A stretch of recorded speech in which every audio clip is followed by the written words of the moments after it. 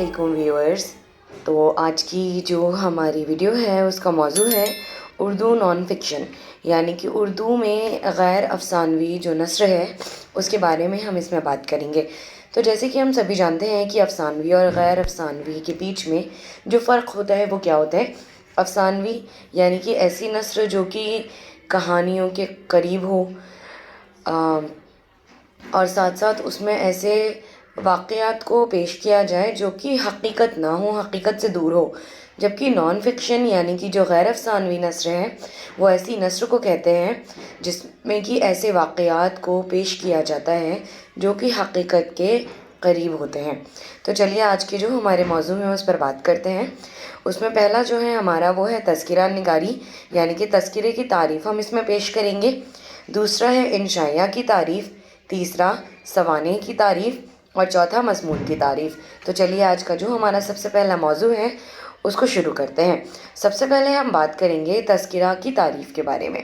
تو تذکرہ کے جو ہیں وہ اصل معنی ذکر و گفتگو کے ہیں. کسی بھی شخصیت یا چیز یا واقعات کو یاد کرنے اور اس کے بارے میں بات کرنے کو تذکرہ کہتے ہیں.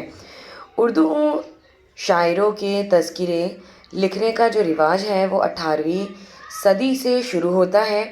پہلے تذکرے فارسی زبان میں ہی لکھے جاتے تھے، اس کے بعد اردو میں بھی لکھے جانے لگے. میر کا تذکرہ نکات الشعراء اردو کا پہلا تذکرہ مانا جاتا ہے. تذکرے اردو ادب کا ایک اہم اور بڑا خزانہ ہے. ابتدا میں اردو شعراء کے جو تذکرے لکھے گئے ہیں وہ نہ صرف اردو ادب میں ایک بیش قیمتی اضافہ ہیں بلکہ انہی سے اردو تنقید کے اولین نمونے بھی ملتے ہیں.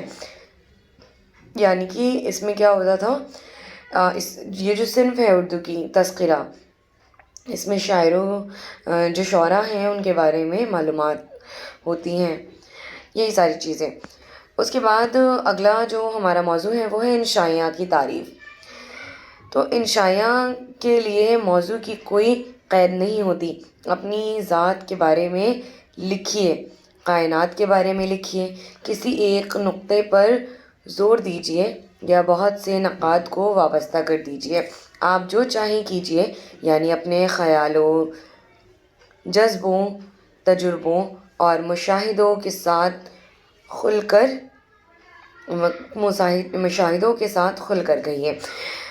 انشائیہ مضمون ہی کی ایک قسم ہے. انشائیہ نگار سنجیدہ و عالمانہ انداز اختیار کرنے کی بجائے شگفتہ اور ہلکے پھلکے انداز میں اپنے شخصی تاثرات اور احساسات پیش کرتا ہے. انشائیہ کی ابتدا فرانس میں ہوئی. اردو میں یہ صنف انگریزی سے آئی اور ملا وجہ کی تحریروں میں اس کے اولین نقوش ملتے ہیں. سر سید احمد خاں کے مضامین امید کی خوشی اور بحث و تکرار میں انشائیہ کی مکمل جھلک نظر آتی ہے. انشائیہ کا کوئی خاص موضوع نہیں ہوتا بلکہ انشائیہ نگار ہلکے پھلکے انداز میں بڑی گہری اور فکر انگیز باتیں کہہ جاتا ہے. سجاد حیدر یلدرم کا بہت ہی مشہور انشائیہ مجھے میرے دوستوں سے بچاؤ ہے. انشائیہ میں ایک مضمون نگاری کی شکایت اپنے احباب سے ہے جو کسی طرح بھی انہیں چین سے نہیں رہنے دیتے. انشائیہ انگریزی ایسے کے متبادل لفظ مضمون ہی کی ایک شاخ ہے اور انشائیہ سے نکلا ہے جس کے معنی عبارت یا تحریر کے ہیں اور اس کے لغوی معنی کچھ بات دل سے پیدا کرنا انشائیہ کہلاتا ہے. یعنی کہ اگر بنیادی طور پر ہم اس میں فرق واضح کریں مضمون میں اور انشائیہ میں، تو اس میں جو ہے دونوں میں ہی کسی ایک موضوع پر بات کی جاتی ہے، دونوں کا ہی کوئی موضوع ہوتا ہے. لیکن جہاں پر مضمون میں دیکھا جائے تو فیکچول چیزوں کو ہم زیادہ استعمال کرتے ہیں، لیکن انشائیہ میں ایسا کچھ نہیں ہے. اس میں جو انشائیہ نگار ہے وہ اپنی ذاتی تجربات کو بہت ہی ہلکے پھلکے انداز میں اور کہیں کہ مزاحیہ انداز میں پیش کرتا ہے اور طنز کرتا ہے، کوئی گہری بات رکھتا ہے، اسی کو انشائیہ کہتے ہیں. اگلا جو ہمارا تیسرا موضوع ہے وہ ہے سوانح کی تعریف. تو سوانح کیا ہوتا ہے؟ یعنی کہ بایوگرافی.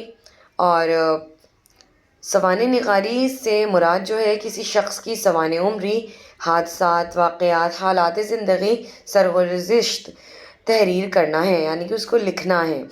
کسی کی سوانح عمری لکھنے کی دو صورتیں ہیں، ایک یہ کہ کوئی شخص اپنی زندگی کے حالات آپ بیتی خود لکھے، اسے خود نوشت کہتے ہیں، اور دوسری صورت یہ ہے کہ ایک شخص کسی کی زندگی کے حالات کوئی دوسرا شخص لکھے، اسے سوانح نگاری کہا جاتا ہے۔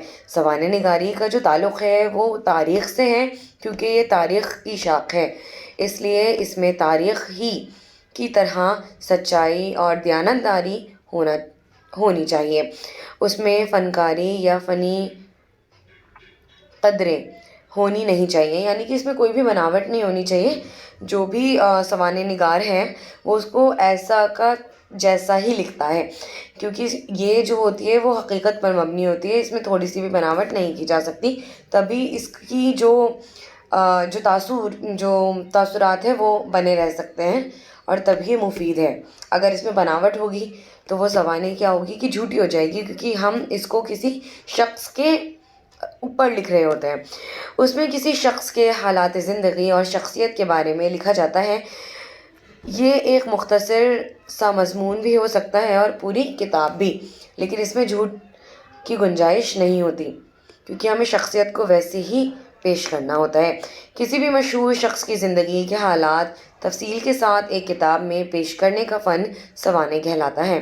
سوانح میں کسی مشہور شخص کی زندگی کی خوبیاں اور برائیاں دونوں بیان کیے جاتے ہیں۔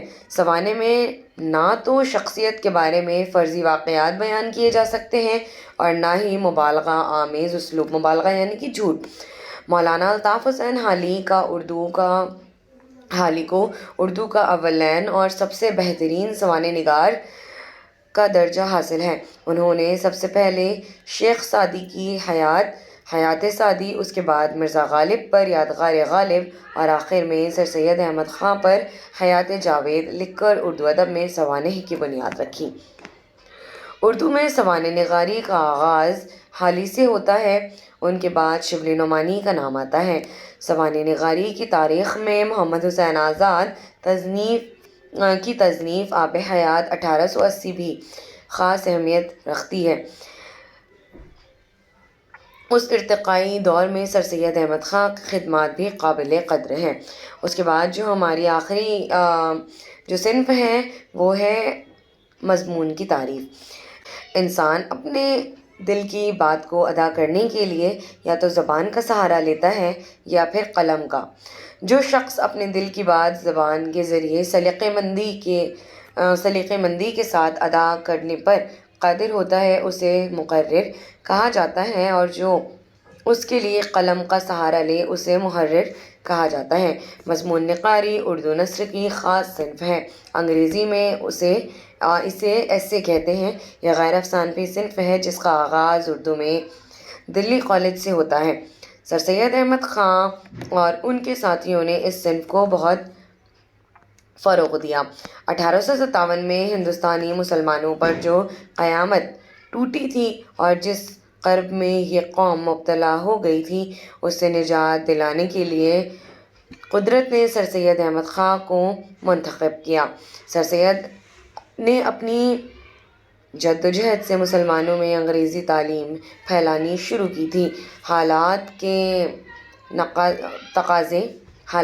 تقاضے نے سر سید کو اپنی نثر لکھنے کی طرف مائل کیا جو کم سے کم وقت میں لکھی جائے اور جسے زیادہ سے زیادہ لوگ آسانی سے سمجھ سکیں۔ سر سید نے مختلف موضوعات پر قلم اٹھایا۔ انہوں نے ایک رسالہ تہذیب الاخلاق کے نام سے 1870 میں جاری کیا۔ اردو میں سب سے پہلے مضمون سر سید نے ہی لکھا۔ تو یہاں پر یہ ایک اور بات جو ہے وہ غور کرنے کے قابل یہ ہے کہ 1857 میں جو بھی حادثات پیش آئے تو سر سید یہ چاہتے تھے کہ کوئی ایسی صنف ہو جس میں کہ کم الفاظ میں گہری بات کی جا سکے اور لوگ اس کو آسانی سے سمجھ سکیں اور زیادہ سے زیادہ پڑھ سکے، تو تب جو ہے انہوں نے مضمون لکھنا شروع کیا۔ تو آج کی ویڈیو میں بس اتنا ہی۔ امید کرتے ہیں کہ آپ کو یہ ویڈیو پسند آئی ہوگی، تو پلیز چینل کو لائک اینڈ سبسکرائب ضرور کریں۔ بہت بہت شکریہ۔